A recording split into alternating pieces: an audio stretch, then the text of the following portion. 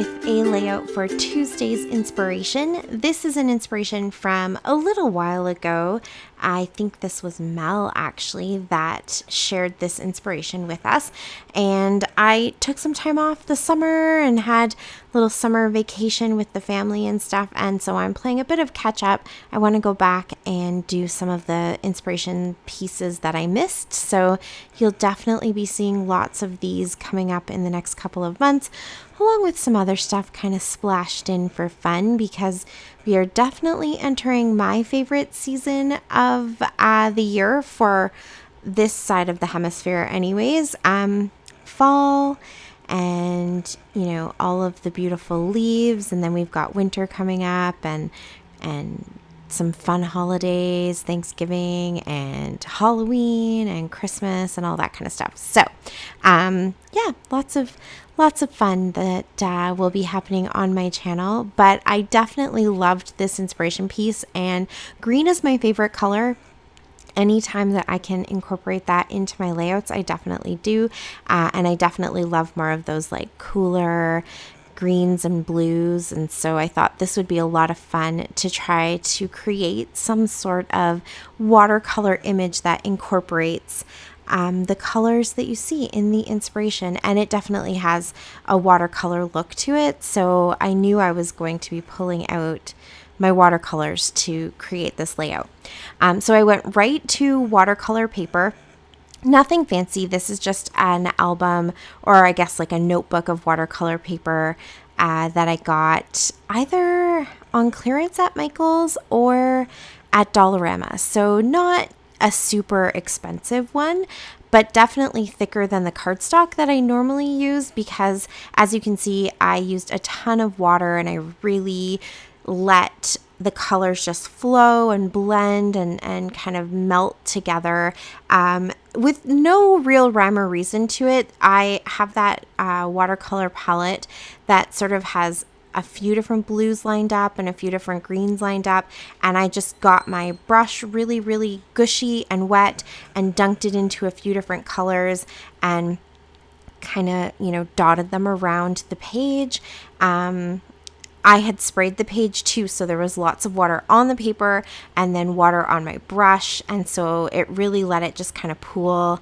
And then, yeah, that was pretty cool texture, right? So once it had blended and I kind of thought it looked really good, it has some spots where you can very clearly see certain colors, more blues or more greens, and then a lot where it's just blended into varying shades and tones of bluish green.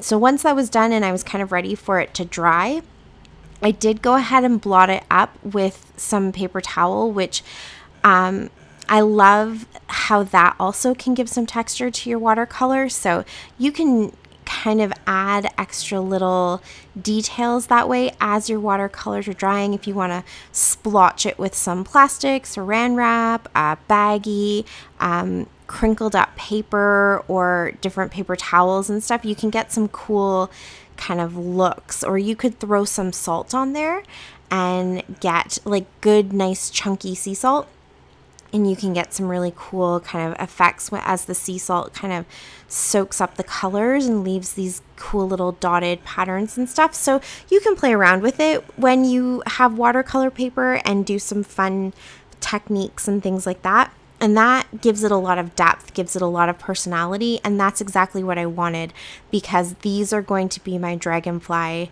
wings. So while that's kind of drying, I wanted to somehow incorporate the bubbles that are in the image too. And I have recently done a bubble layout, and so I thought I don't want to do that exact same thing where I bring bubbles that specifically look like bubbles. So I went searching for some sort of stencil that I could use to do some sort of circular element on the back. And I don't have a ton of stencils, so I found this beehive one. It's from Wild Whisper, I think, this one, and it's sort of like a honeycomb pattern to it. And I thought that also works really good because dragonflies eyes have this like hexagon shape to them, all the little lenses. And so it kind of brings that in, a bit of the like buggy eye look, but also, especially from like far back, like you're seeing it, it definitely has that circular feel to it. So it did double duty. I think it worked out really good. And I essentially just splotched some ink on there with some Lisa Horton color shift inks. I got all of those from Scrap Shotz, so please head to the Scrap Shotz store if you want to grab some too. They're so much fun to play with. And then I also used some lunar paste. So just literally what I had right beside me, I grabbed it. So I used the solar paste in Crocodile Tears, and I think the other one I had was the neon in the teal color. Yeah, so I just thought that it kind of gave some texture. It kind of gives some fun little, design element, and it brings in that circular pattern that you see around the dragonfly in the inspiration photo. So now that's got to dry, and here you can see my watercolor smushed page. I don't know what you want to call it. Just my blended page is dry and ready to go. I did clean off my sponge dauber with some of the inks that I had used on that paper as well. So you can see just a few little bits here and there where the ink really shows up nicely.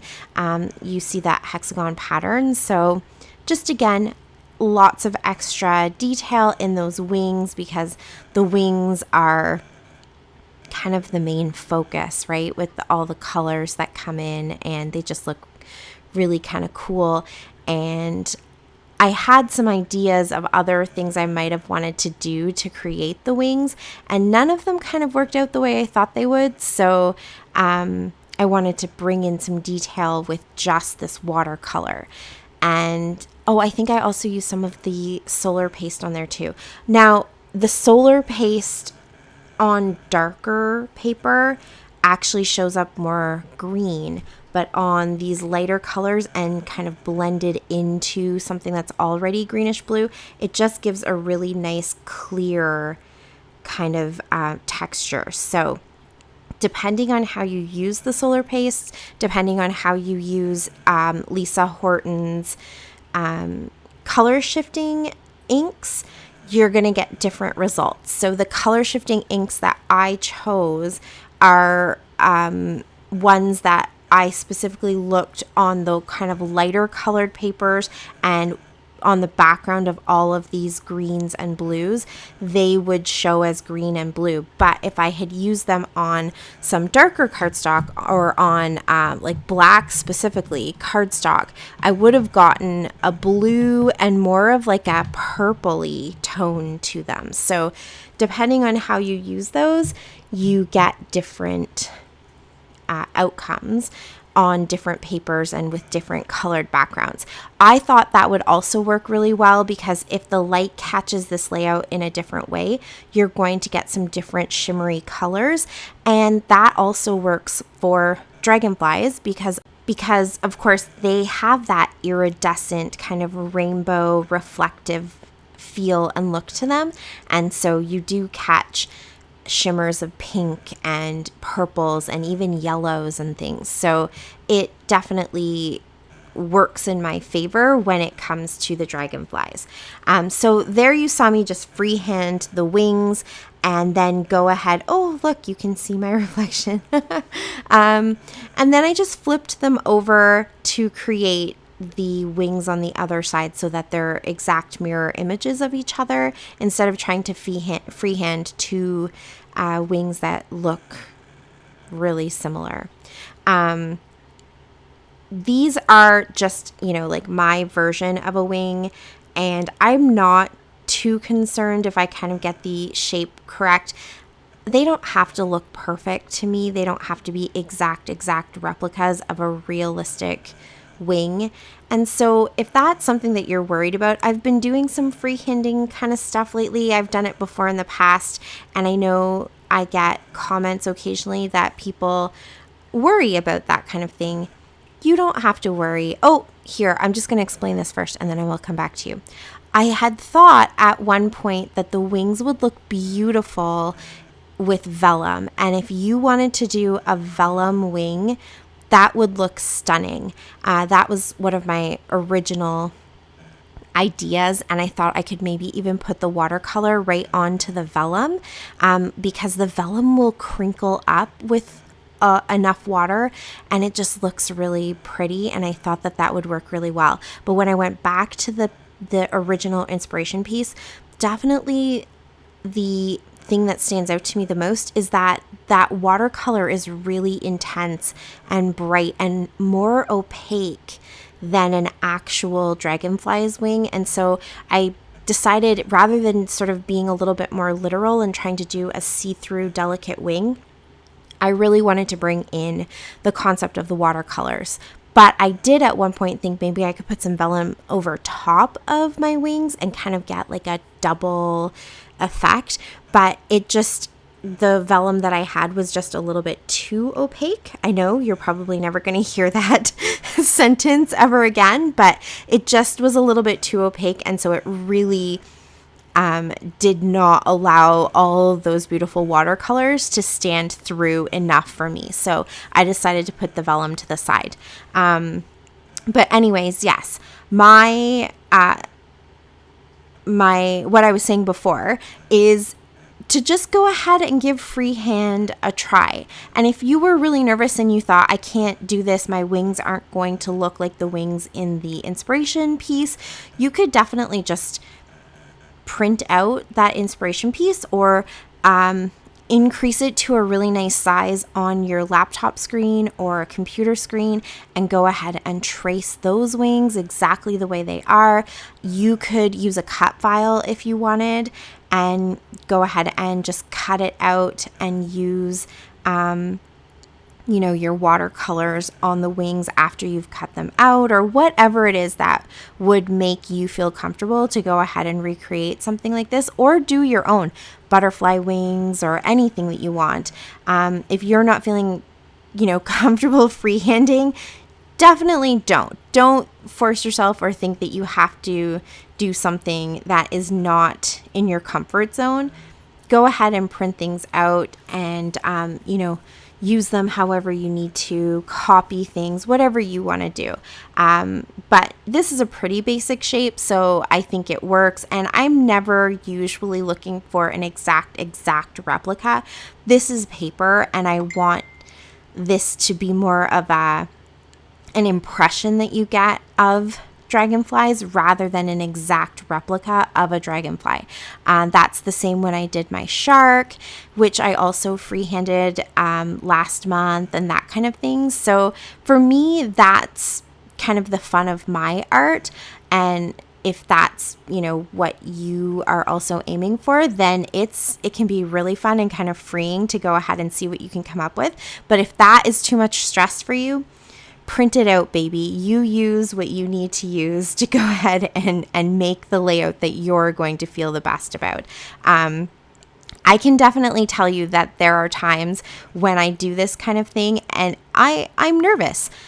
As weird as it sounds, I'm always encouraging everyone not to be nervous. I also do get very nervous, but in this case, I think a dragonfly wing is pretty basic, so I just went for it. And then to do their bodies, I used some more of that texture paste on that really cool iridescent vinyl paper that I have. I got that many, many years ago. A company sent it to me to test it out and see if I liked it.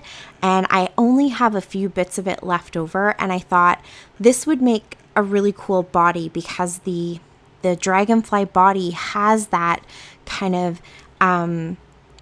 like chameleon paint effect, on a car when you see those chameleon paint cars where they're very much, purple to green or red to blue or whatever it is, like the Lisa Horton color shifting inks, but they have that iridescence to them as well. And I didn't really have any paper that I thought could work for that, but this vinyl paper that I have, I think worked really good. And I just added a little bit of the lunar paste to give it some detail, because when you look at a dragonfly body, it's all those little segments. And I personally wasn't going to take the time to go ahead and try and recreate a tiny little segments. If you don't have paper like this though, I think another really cool thing you could do is just use sequins.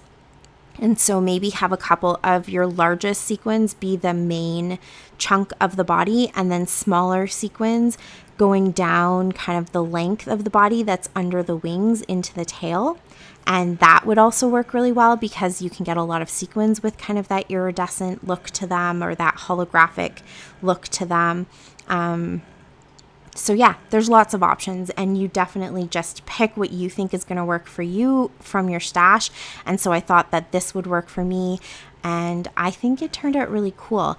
I cut out the shape, and then you saw me go back in and kind of fix it. When I held it up against the wings, I could really get a sense of where I needed it to be super narrow, because the dragonflies kind of have those like big bulbous eyes and head, and then skinny tiny little bodies, so right into their tails. So I wanted to put it up against the wings before I cut that down too much, and you just kind of play with it until it looks about right. So, and length too, like how long I needed the bodies to be. And those look really cool, don't you think? I just really love how these turned out. And so I went ahead and stuck the wings down, stuck the bodies down, and now I'm going back in and just kind of popping up some of their tips. And then the one thing that gave me the most anxiety, I guess, was the veining in the wings. So I did some of the wings off camera because I really wanted to test it out and see what I could do. I practiced on some paper beside me for a little bit. And then again, I just decided to go for it. And I don't think I nailed it. I don't think this looks exactly the way that dragonfly wings kind of look, but you can see I didn't have my reference picture in front of me. I kind of did a few things and then I just went for it. If this is a spot where it makes you nervous too, pull out your reference photo and just do your best. Practice as much as you need to before you actually do it directly onto your project. Or the other idea that I had, if I was kind of practicing and decided this just didn't look right and I didn't feel confident doing it onto my wings, I actually thought that maybe I would grab some stamps and randomly do some stamping on the wings and make it maybe more like a text or even small images, or grab, I don't know, some stamps that are maybe, I think I have like a tree stamp or some leaf stamps or that kind of thing, and just do some stamping. And again, rather than going for something that's super realistic, in that case, I would definitely be going for more of like the impression of the veining in a dragonfly's wings. And if you wanted to do something like that, you could pick words that are maybe relevant to your layout and stamp those, whatever you wanted to do. And I was thinking, a few really nice crisp stamps, and then a lot of double stamping just to get more of those finer lines and a little bit of darker lines, and then also lighter lines. But I went for it. I just did it, and I actually think it turns out really good. And the black, to me, actually becomes a really important part of the layout, because I love that white and black in combination with two or three other colors, usually just one or two other colors, that really makes those other colors pop. So in this case, I feel like the white on its own without any black almost makes everything kind of disappear into the background. But as soon as you add that black as a really dark kind of grounding color and a contrast, it makes the colors pop. So I think that's why a lot of